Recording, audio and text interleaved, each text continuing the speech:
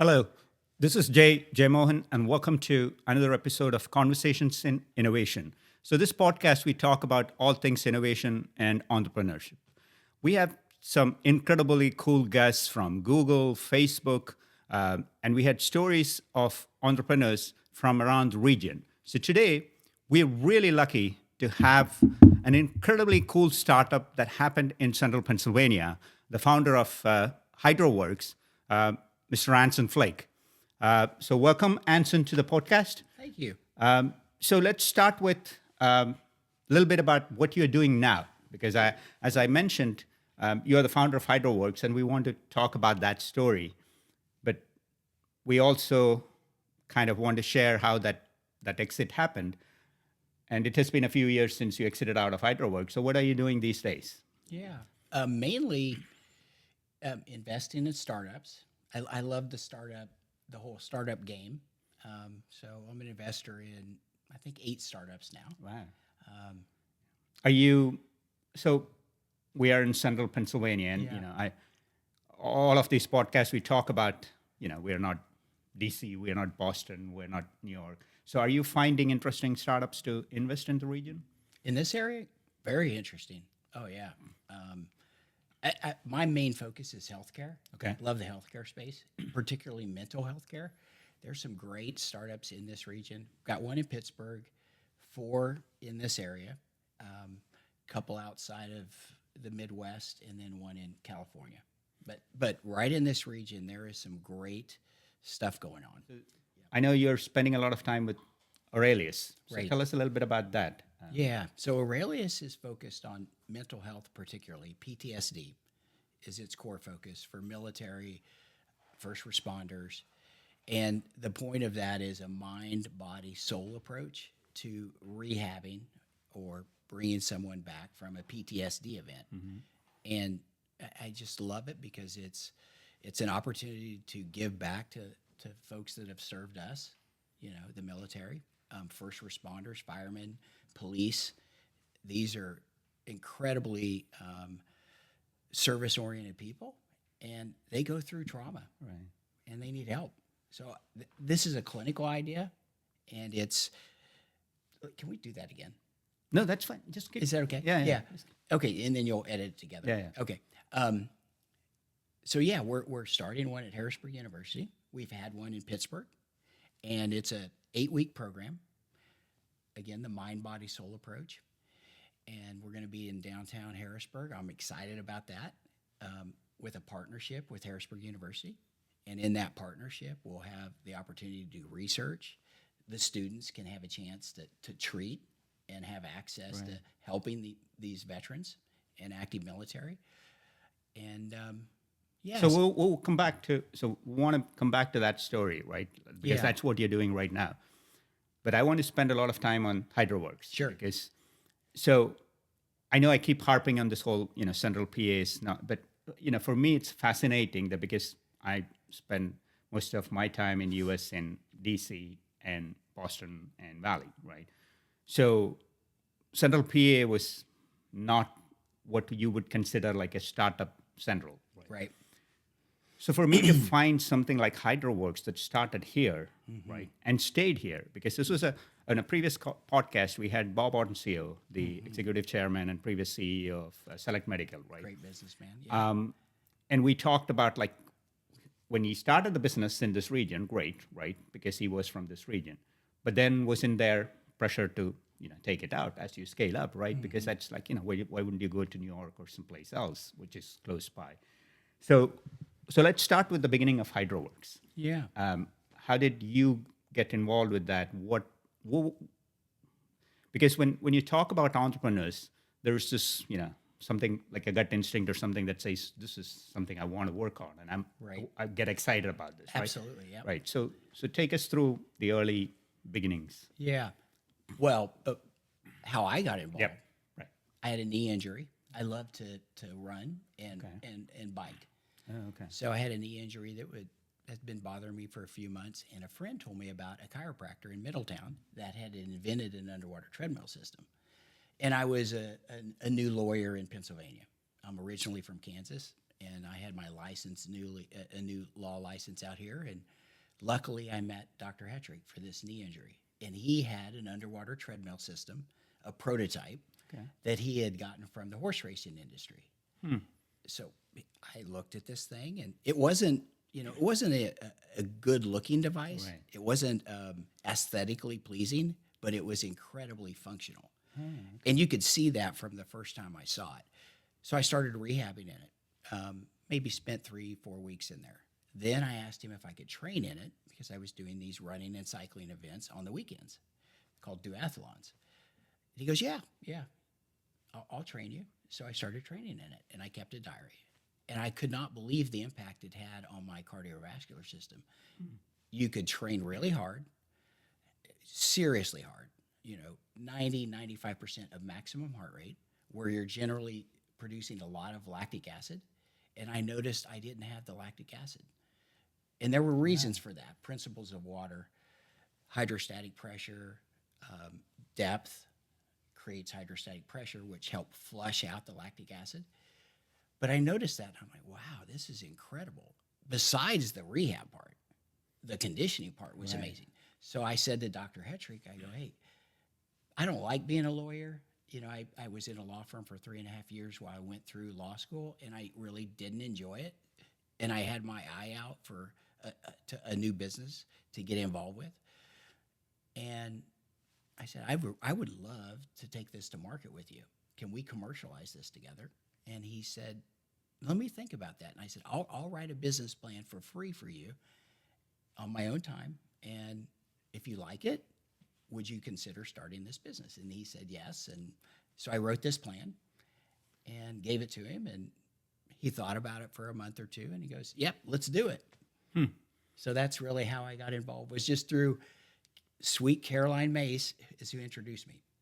And Dr. And you were, so it's almost, so in the Valley, when we were raising venture capital, the VCs always say that, the best ideas is either somebody who's so deep in technology, like, you take Sam Altman of OpenAI, or, so passionate about that technology that you develop it, and then solution comes. The other one is, the best ones they say is you have been a customer, you have a problem, and you kind of, so that's the part where, I had a problem. Right. And you were already a customer, and you kind of knew that, right? Yeah. But I was a patient. right. Yep, a customer. Yep. So from that, when you decided, okay, this is a business, right? What was those couple of things, or that you kind of said, okay, this could be a business versus, one customer versus being a not a good, but I loved the duathlons. Not a good athlete. okay. My eye was on the athletic market. So to me, it made a lot of sense that these professional and collegiate athletes are getting injured. You can't afford to have these guys on the sideline when they're making $10 million a year. You can't do that. So how do you get them back faster? And I kept thinking, and Dr. Hetrick, I want to tell that story about Dr. Hetrick in a second too, if you'll let me. There's a lot before I saw that prototype that he did. There's no HydroWorks without Dr. Hetrick. Right. So I had a problem. This solved it. It seemed like there was a heck of a sports medicine market out there. It's kind of that simple. And then I did some research in that business plan to validate it. How many colleges are there at all the different levels? How many pro teams are there in America? How many soccer teams are there in Europe? Because I thought that would be a market. I thought they needed a significant amount of capital because you have to install this product. It's not just buying the HydroWorks unit. You have to install it, and you have to have a room around it. So it's like think of it as an MRI machine. Right. You have to have a room. It's expensive. Yeah. So so this is a great point for people who are listening in. The founders, because I keep harping on this thing about think about your customer. What's the problem you're solving for your customer? Because all the other pieces will fall in place if you got that part figured out. Right? Absolutely. So this is an incredibly best way of telling that part, right? Right out. So, I have one other point on that too, Jay. When I was there rehabbing, and I call it Dr. Hetrick, Doc, right. he would let me hang out especially when I was writing the business plan. And I noticed the patients he was treating in the unit, they had all of these different kind of conditions.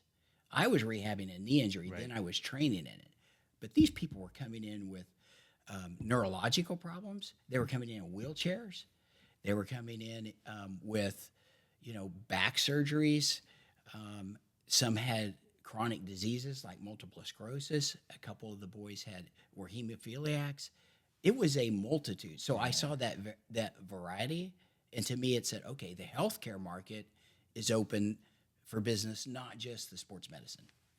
So let's take it from there to, Jim Collins' great book, Good to Great, and, all these books talk about these chasms of growth of a startup, right? There's an early stage where you have this struggle to get to that first customer, and then from there, another struggle to get to the larger number, 5 to 10 customers, and then you're scaling up, right? So let's start, because you talked about this first prototype as kind of not good looking, right? But it was functional. Very functional. Right. Incredibly functional. Right. So you have that, and now you're saying, okay, because I remember us talking otherwise, and there's this whole incredible story of you guys getting stuck in a different country and with that first early prototype and all. So take us through that first part. That's so when we think about, there's people who say, I'm going to take an MBA or I read 10 books and then I'll start a business.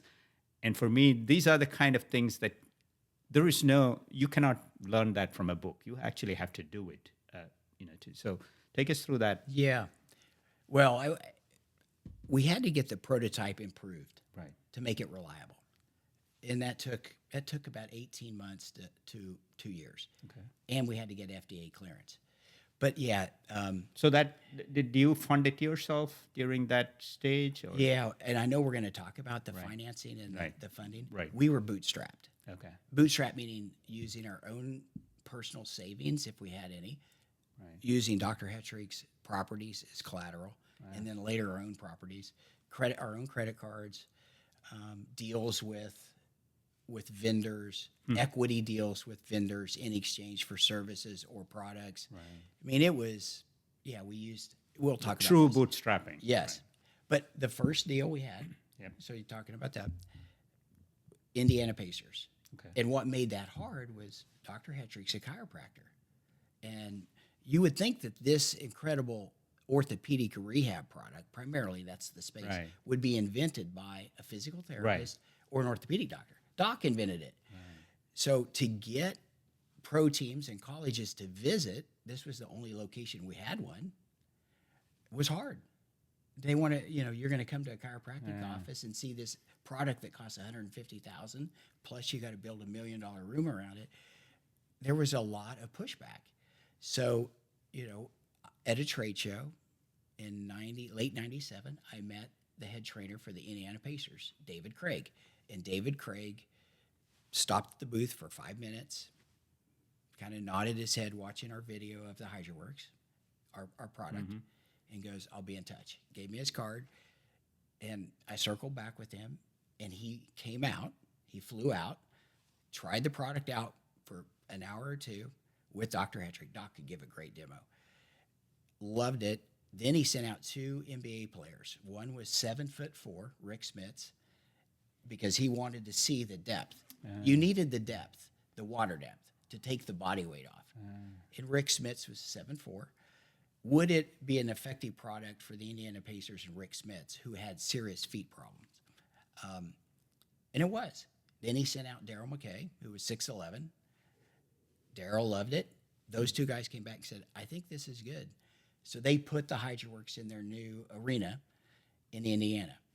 And David Craig was critical because he was a physical therapist and an athletic trainer, and he had tremendous respect in the industry. And he was a hell of a guy. So we hit it off.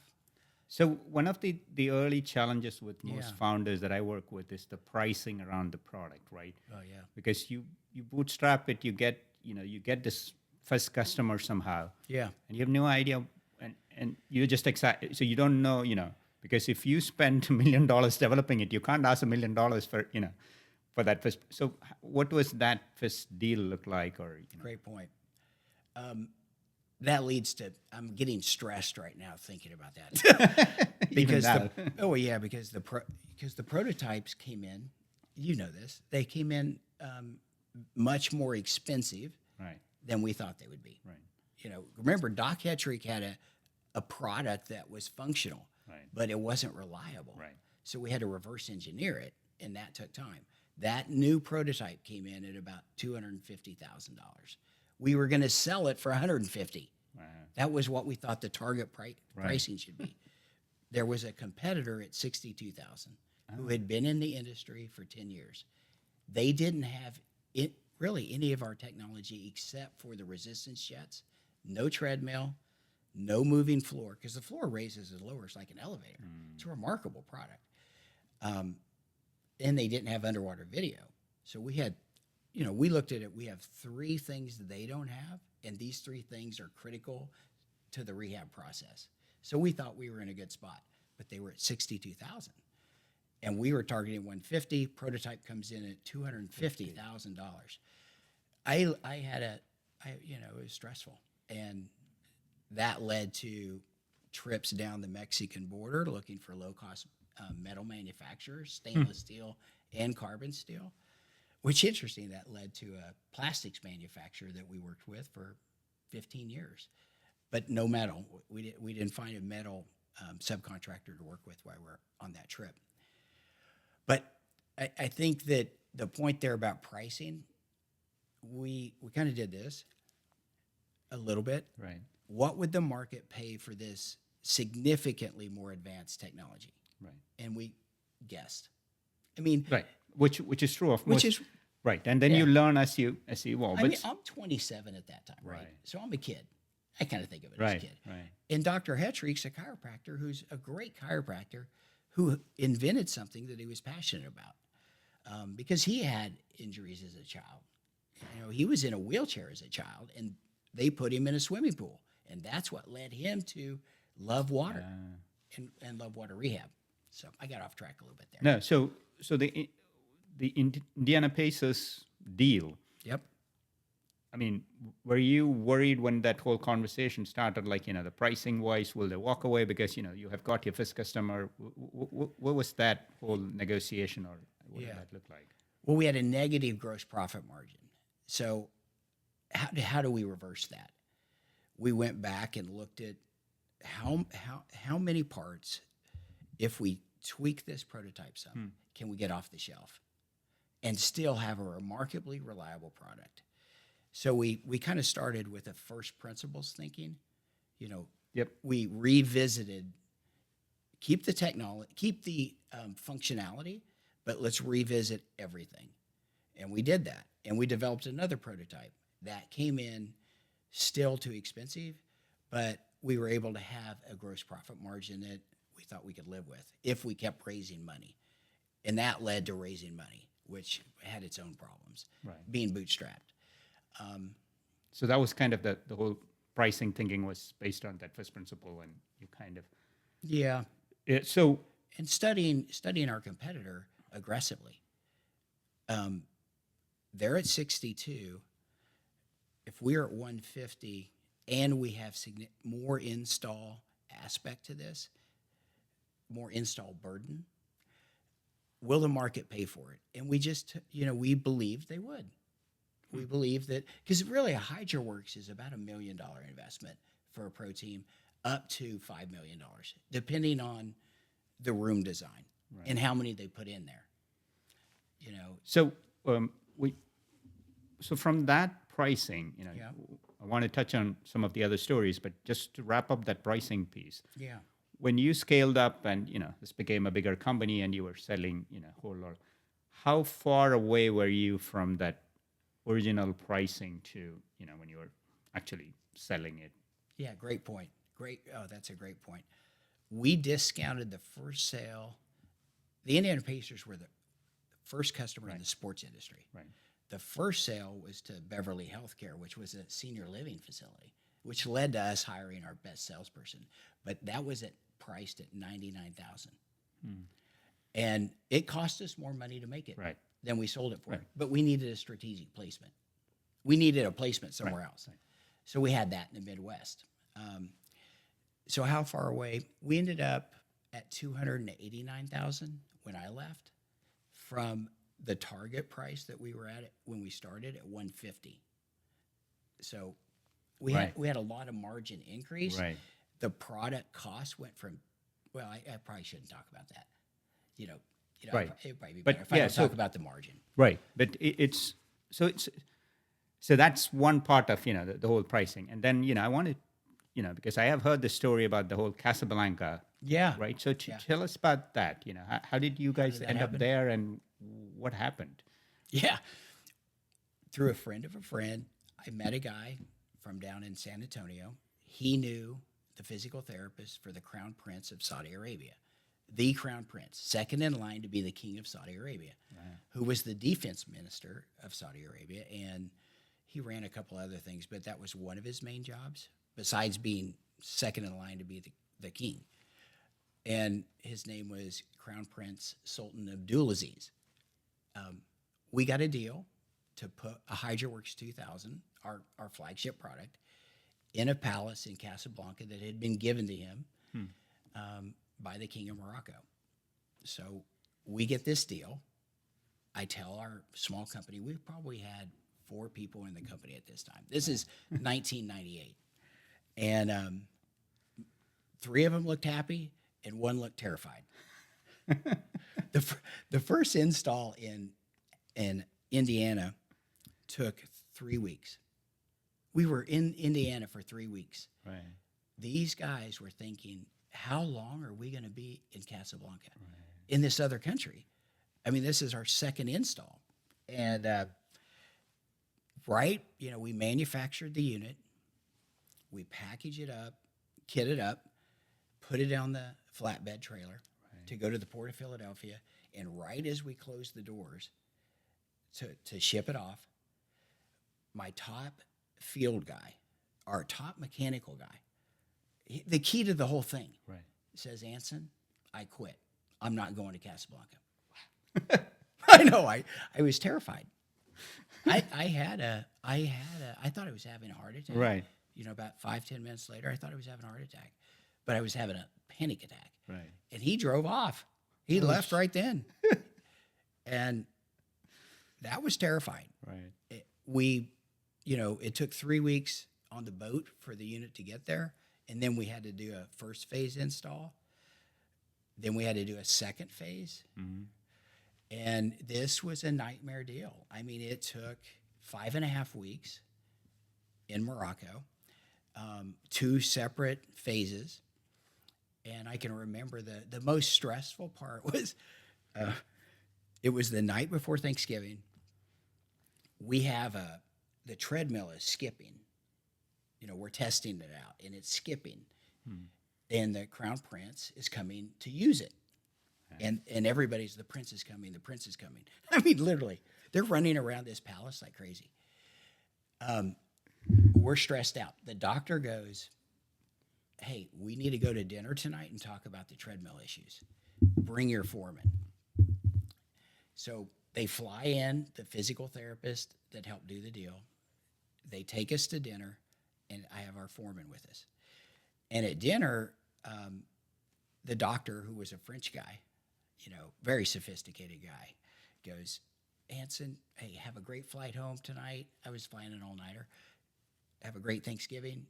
And he turned and looked at our foreman and said, Ron, unfortunately, you must stay.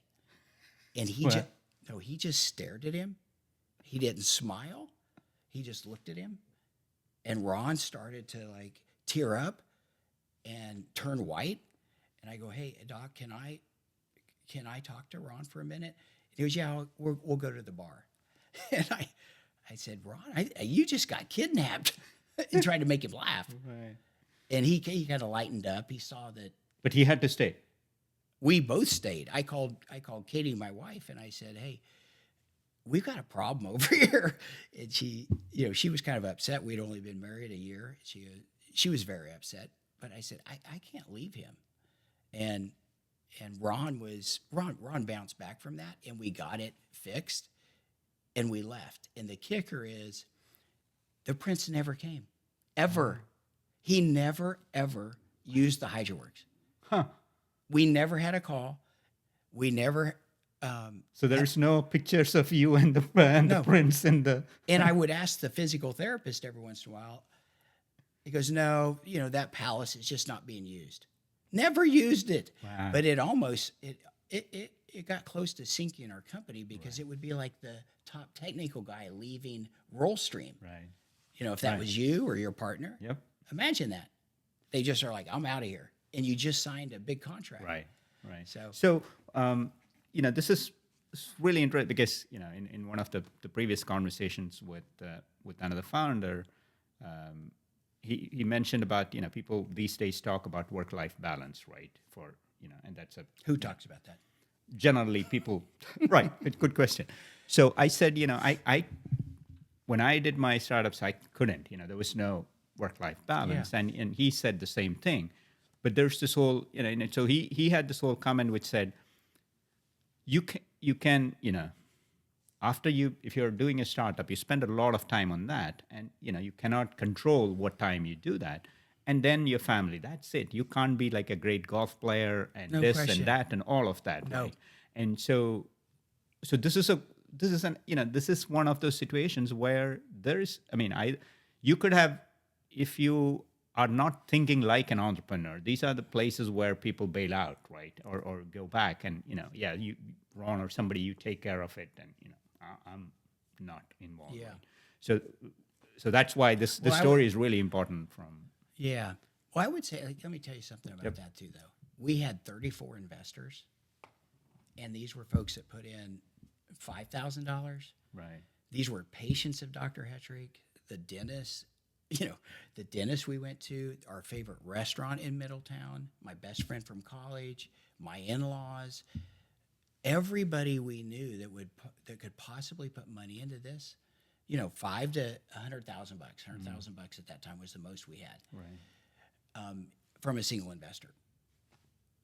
We could have let them down. So there's that too. There's a obligation to these people to make it work. Right. So there was no way I was quitting. And there was no way that I had a couple other guys with me that made the journey palpable and fun. Mike McHugh, Rob Miller, Dr. Hetrick, these guys, we could have fun while we were super stressed, while we were working 80 hours a week. Right. And there was no work-life balance. And I caught some flack in my family, right? From different people in my family. You're never around. As it began to grow, we were traveling 30 weeks a year plus, and you're just not around. And while my kids are growing up, but there was a purpose, right? I was in love with the purpose, right? So let's talk about the financing, right? Yeah. Because we touched on that a little bit. So that early, it's still true of most of the funding process, which says, starts with friends and family, then some seed money, then, you raise some angel funding, then you move into, institutional capital or whatever.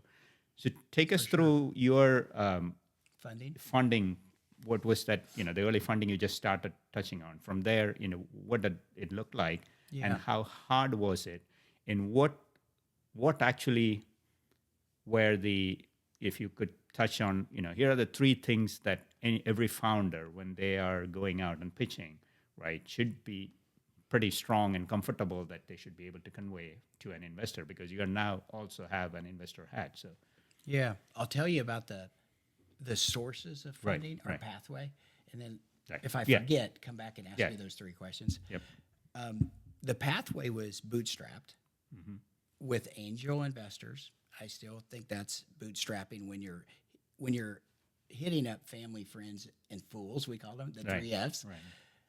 For $5,000, $10,000, $20,000. That's bootstrapping using our own personal credit cards. I had $110,000, $120,000 on my American Express regularly to help fund the company. Dr. Hetrick, we had an SBA loan, mortgaged his property to secure the SBA loan. So we did that. We did a convertible debt offering that some of those folks came into with a coupon at 12%. Wow. Now this window when we're raising capital is 95 to 2002. Okay. The early startup Timeline, capital. right. The dot-com boom was happening, Right. and we were not sexy. We're a manufacturing business, Right. and so it was hard to raise capital.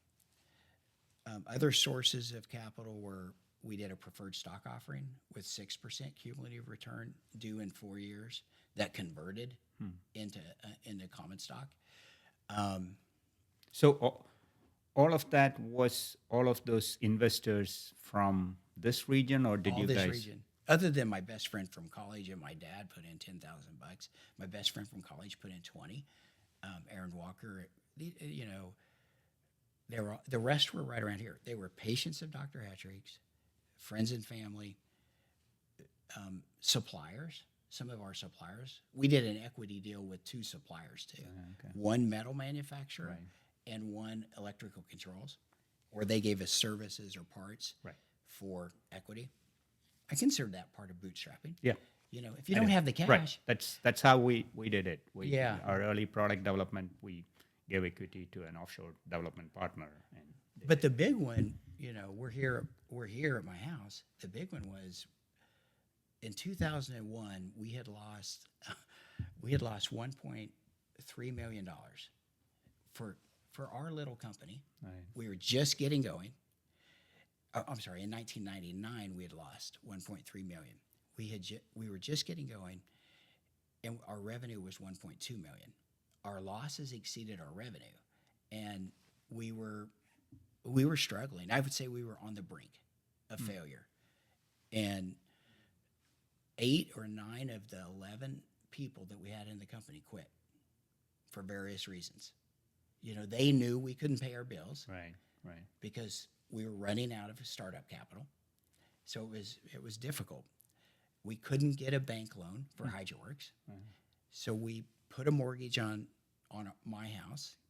My wife agreed to that. Mike McHugh put a mortgage on his house, and his wife Cindy agreed to that.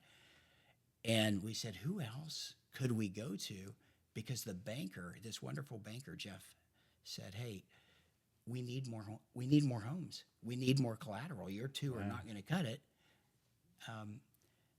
So we went to his in-laws, and his in-laws first put up 1 house. That wasn't enough. They put up 2 more houses. We had 5 houses on a $1.35 million loan. We closed on that, and then Mike and I took that capital, that loan proceeds, and injected it into HydroWorks for stock. And that got us past the most critical hump in our history. And from there, we really started growing consistently. But that was the make or break moment Right. in my mind. So when you look at that, those are 5 or 6 different methods of bootstrapping with a lot of risk. But I would say this, what did we have? We had a lot of equity left because of the way we did it. We had a lot of equity left for the founders and the early investors. Right. And we've talked about this before. We didn't go the venture capital Right. route. And I'm proud of that. It would have been maybe easier or not, depending. But that's how we did it. Right. But there are multiple routes, right? Absolutely. And we also couldn't get venture capital. We were honest with ourselves about that. This was the .com days, Right. Right. And we weren't a .com business. Right. And so people weren't really, venture capitalists weren't interested anyway. So the founders right now who are in this early stage, going out and talking to an investor or angels or early stage investors, right?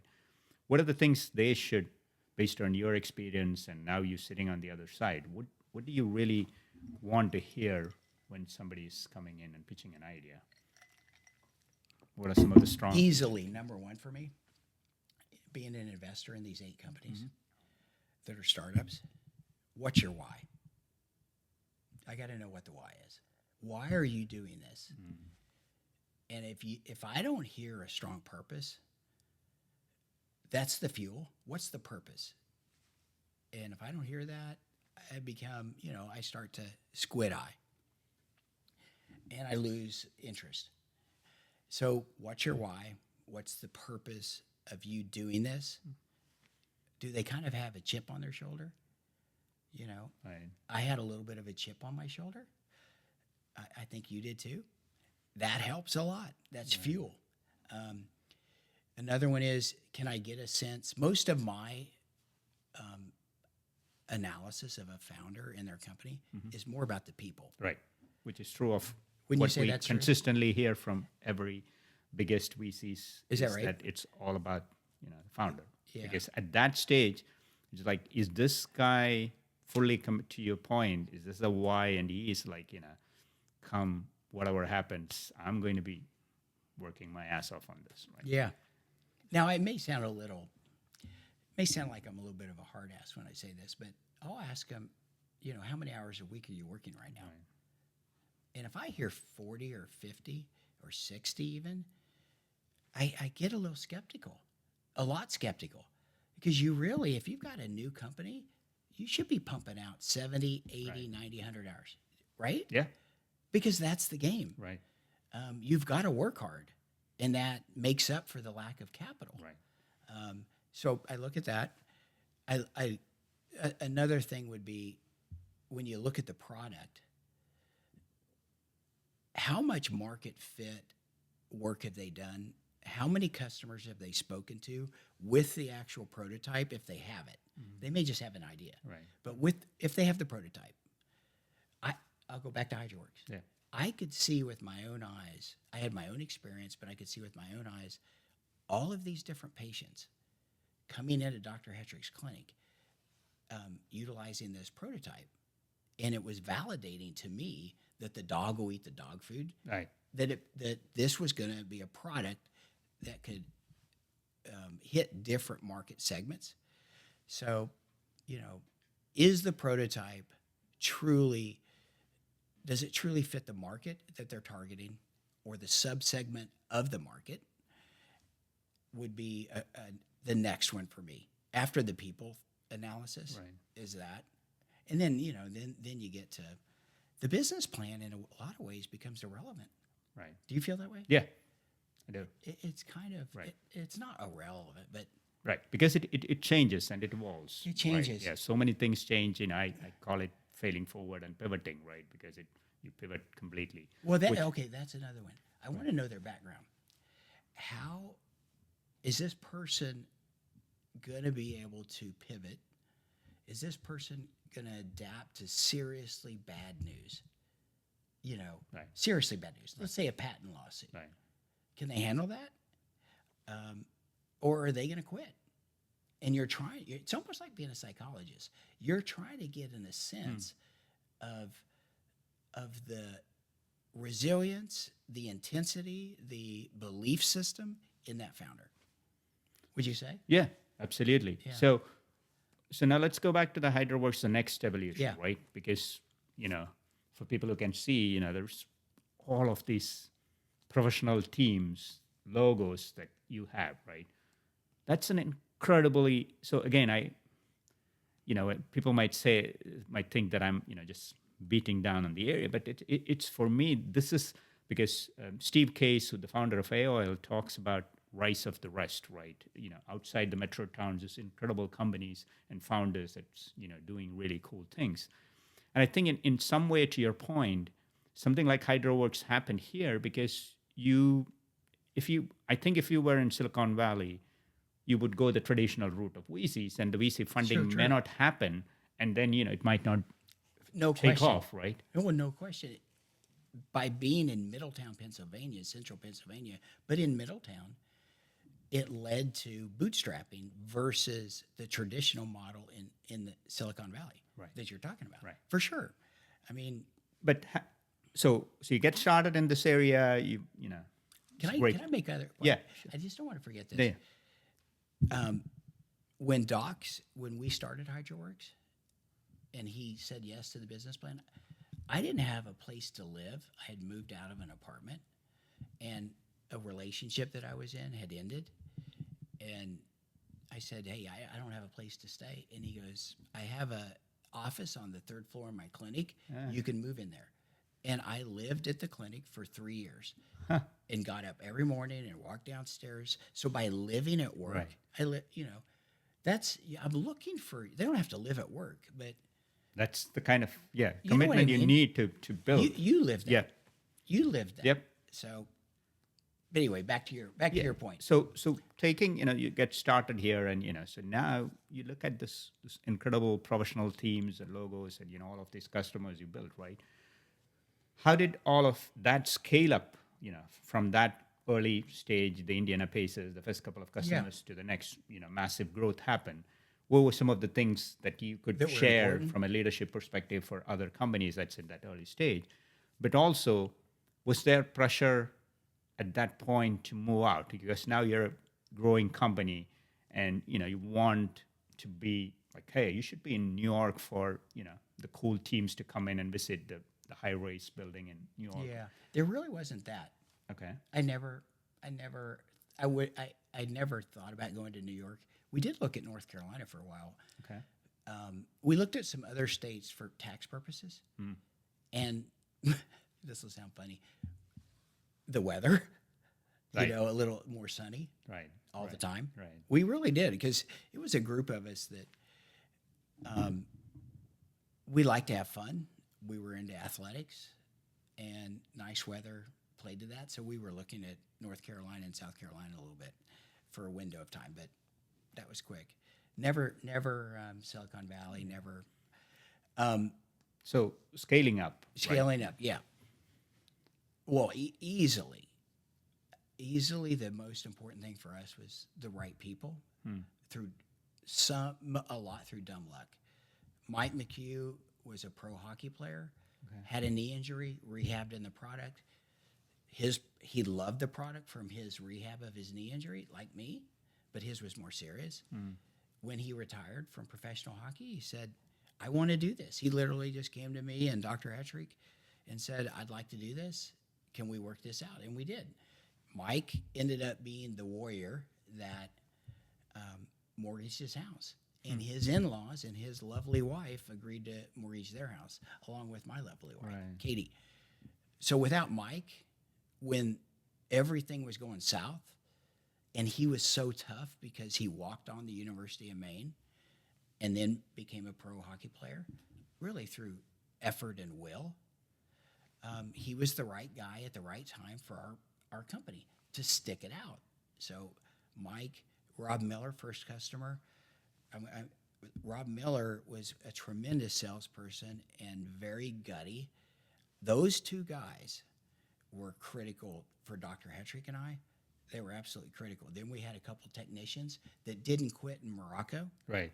That was important. Right. So the people were finding the right people, and then we got really serious about interviewing. The next employees you A very disciplined process that helped us scale. Like, very disciplined. What are the best companies in the world doing, interviewing wise and recruiting wise? And we started to implement later some of their policies and their practices. I'll tell you one that it seems fundamental, but going to a top 3 priorities process. Every department, marketing, sales, manufacturing, product development, every department had to have only 3 top key priorities. That was it. And you had to have who owned it, the date that it was going to be accomplished by. That little process on a page and a half, because we had 8 departments, was critical to our success, because we would meet every Monday and go over that. And that, in the later years, really accelerated our profitability and our growth. That process, I got that from the Rockefeller habits. That was very effective. Yeah, and all the biggest investors and the founders always say the challenge is keeping it simple, right? Because Keep it simple. right, because you overcomplicate things and then you lose sight of the priority. So this is an incredibly, here is your top 3 priorities. I'll tell you another one too, though.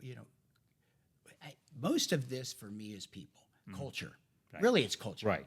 So I would say, what was our vision It was 50,000 lives touched every day by our technology.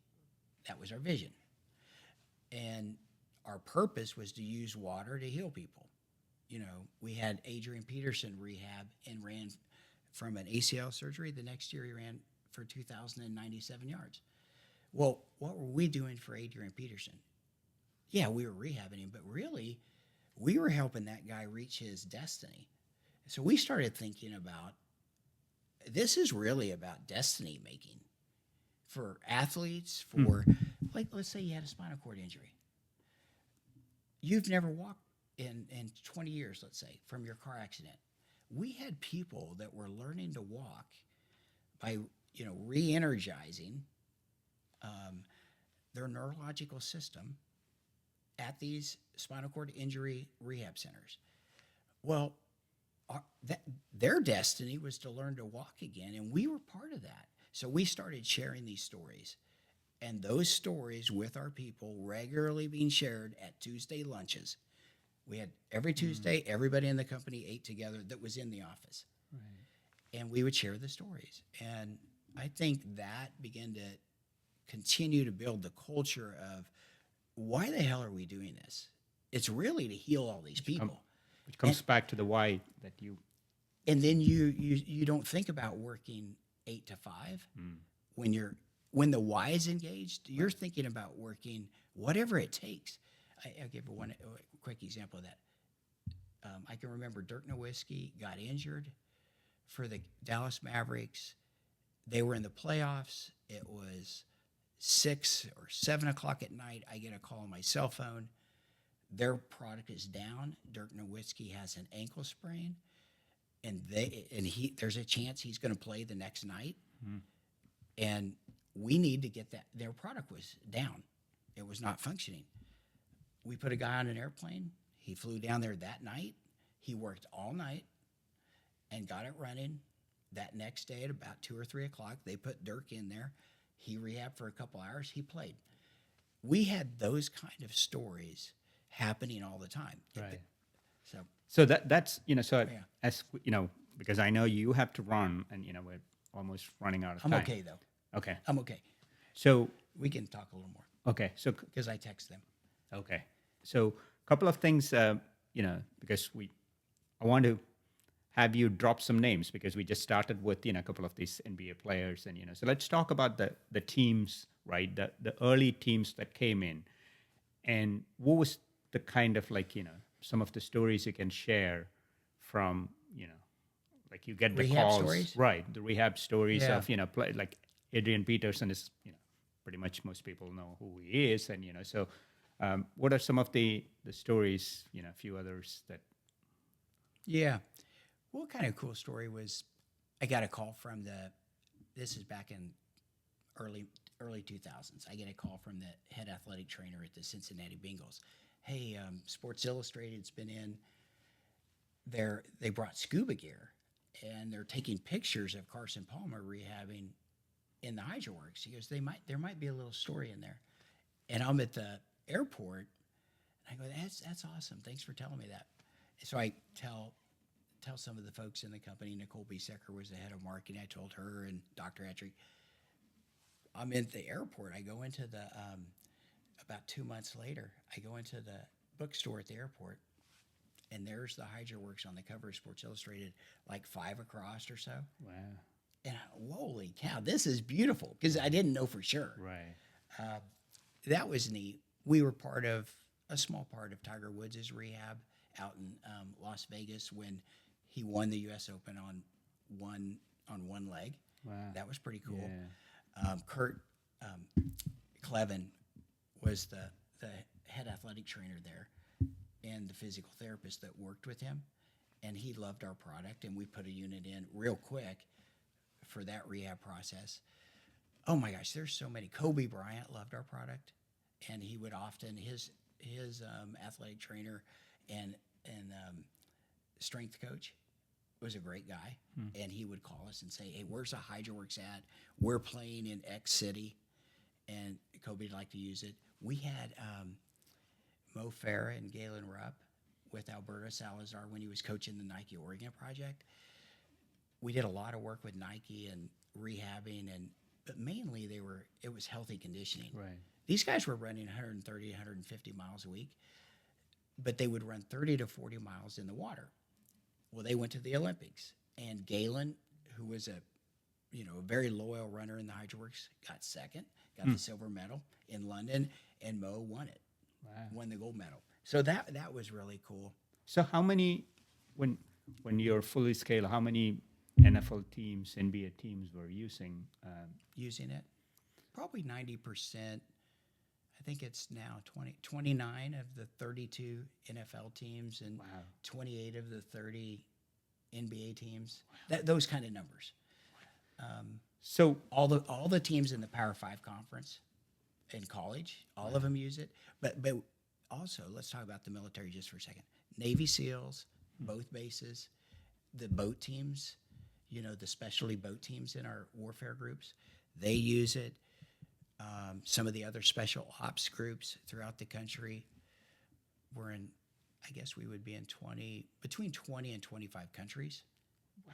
And so, that brings, so this is almost like, again, this is an amazing, this is why I wanted to share this. This is an incredible story of an amazing company that started in Central PA and, used by some of the biggest, professional sports teams. And what was the exit, so when you build something, this is almost becomes your baby, right? You and Doc Hetrick, it's your baby, right? And it's growing, and it's all these, legends of sports that using it, right? So was it a conscious decision at a certain point that you guys said, okay, we want to look for an exit, or, was there never thinking of like, let's go public and, we continue this, or what was that? No, that's great. We had those investors. Okay. Remember? Right. Well, these investors, the vast majority of them, 29 of them, had hung on and had patiently waited, a long time, without putting pressure on us. We bought out 4 or 5 that said, "Hey, we need the money. This is taking too long," and we bought them out. But the others stuck it out. And so they needed liquidity. Mm-hmm. Dr. Hetrick, Doc goes, "Hey, I'm not getting any younger." I had had some health issues with neurological Lyme disease, and that had kind of sent me a message.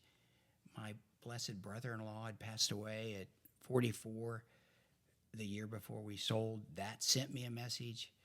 Our house had caught on fire in that same year. Wow. And that was kind of traumatic, and we had to move out for 9 months. Between all of those things, I felt like, I'm not getting religious here, but I felt like God was sending me a message that I was getting these messages. Maybe you ought to consider selling this and doing something else. And, I started listening more.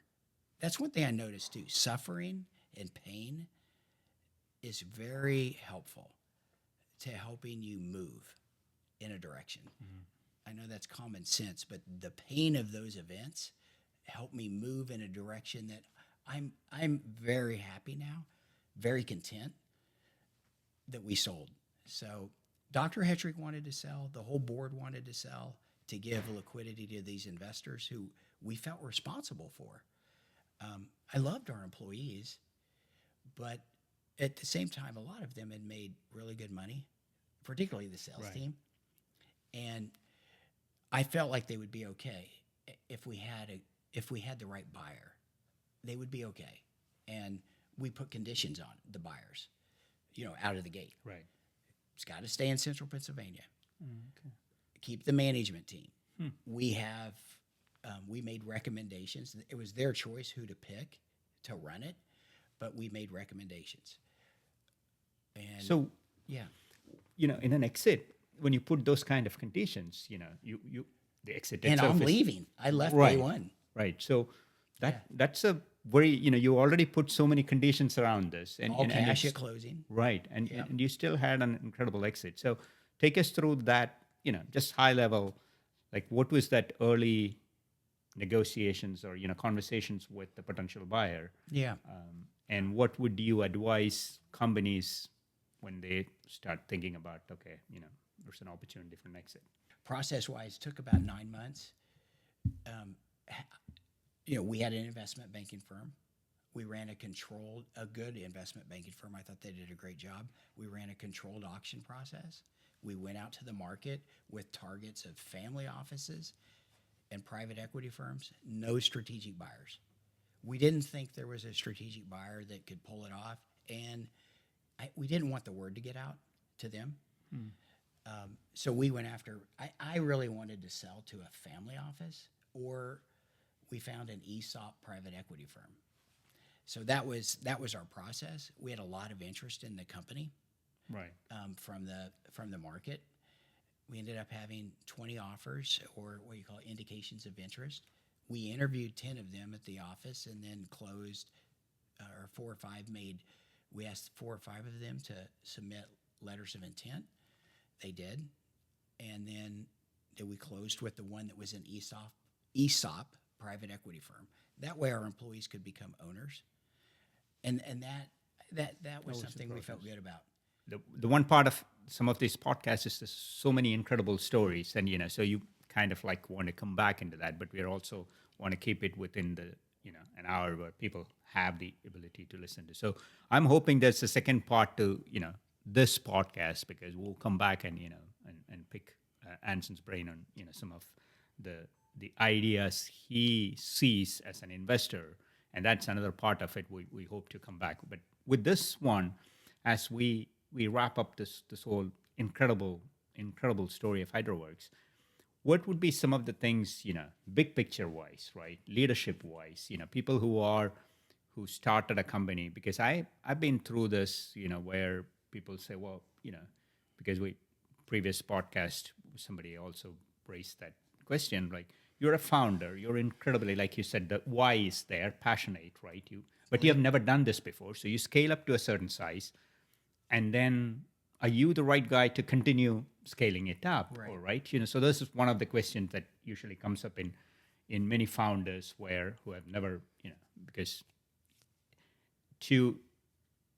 I would think, HydroWorks getting to like, 10, 15 NFL teams, kind of like, okay, great, right? But now you're hitting like 90% or 95%. That's a bigger jump and a growth, right? There's a lot of repeatable processes should be in place. You should have an incredible team in the culture. You should be leading all of that. So take us, big picture wise, some of the advices you would give somebody who's not in the early stage, right? Who have raised their angel round, and now the company is actually doing pretty well, but scaling up, right? Yep. How do you stay as that leader? And what are the things you should be watching out for, and from your experience? Well, one thing I think that helped keep everybody very focused, we had 4 key metrics that we were measuring that really mattered the most. The first, and they were on our compass. I think I've seen from 4 that. seasons. Yeah, it's okay, pretty cool. The first one that mattered the most was hit top 25 best places to work in Pennsylvania. Be one of the top 100 best places to work companies in the state of Pennsylvania. There are a lot of companies. Right. That was one. And we would often hit top 25. Not every time, but we made it 10 times. The reason that was important is it told me our people were happy, because that's an anonymous survey. If the people were happy, I knew we'd have great customer service, and we measured net promoter score. So these metrics, a handful of metrics, net promoter score at the level of Apple, that's what we were striving for. Apple was 72, and when we sold, I think we were 69.